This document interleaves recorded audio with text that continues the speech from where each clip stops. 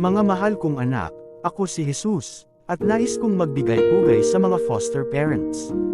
Kayo ay mga tunay na bayani, nagbibigay ng tahanan, pagmamahal, at pag-asa sa mga batang nangangailangan.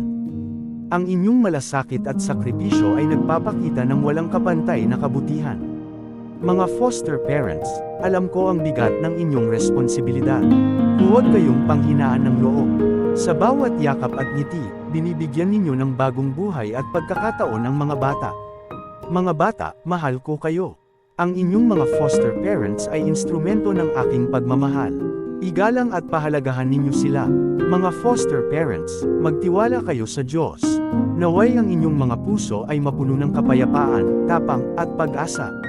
Mahal ko kayo, at lagi akong nandirito upang gabayan kayo.